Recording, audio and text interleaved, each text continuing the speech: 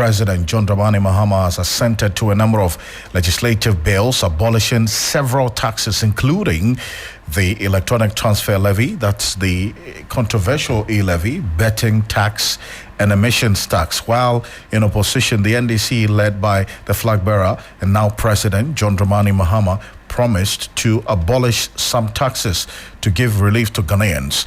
At a short ceremony at the seat of government, the president delivered yet again a promise he made. Let's now walk you through the number of bills that were accented into law today, and Michael Obodo. So the three business here at TV3 and on 3FM 92.7. Join me in the studio right now. Michael, just run us through the list of bills accented into law today by the president earlier today. So top on the list is, I guess, arguably the most popular bill ever introduced in this country. By some, that's the electronic transfer levy. The one bill that both parties, major political parties, agreed to scrap once they assume office or attain power. And John Dramani Mahama, effective today, has signed the e-levy repeal bill. So effectively, e-levy ceases to exist in the books of the country. The emissions levy repeal bill has also been accented to the betting tax, value-added tax amendment bill, income tax amendment bill, public financial management amendment bill, growth and sustainability Levy Act, the earmarked funds capping and realignment bill, the gold board bill, energy sector levy act, and the petroleum revenue amendment bill.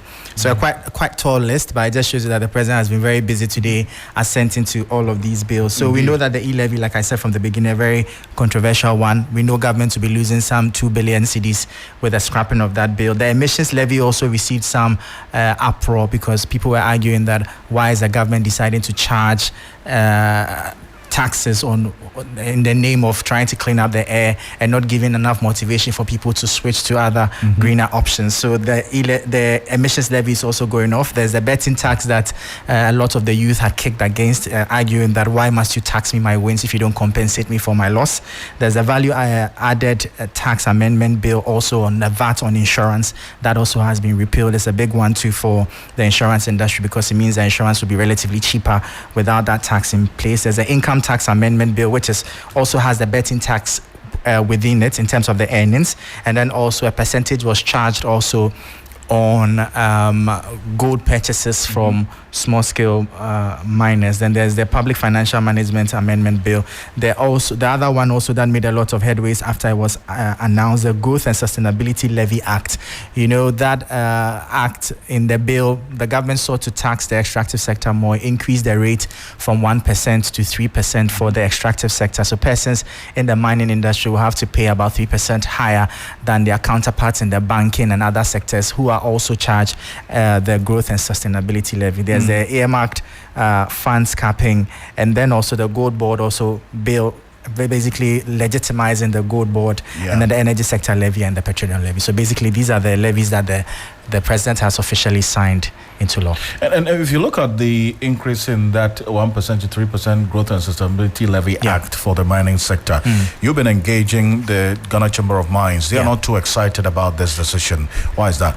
So basically this is going to increase their cost of operations basically because it means that their tax elements, their tax expenditures are going to go up. They argue that they think that their times are quite tough, so increasing the levy at this point is not the best for them. However, they say that per their engagements with government, government has managed to get some level of buy-in for them, arguing that these are tough times and the government needs the revenue to run the country. So their efforts to get a review didn't work out, but they say that they are open to continue to support government's efforts to revamp the economy. So basically that. Great stuff. Thank you so much.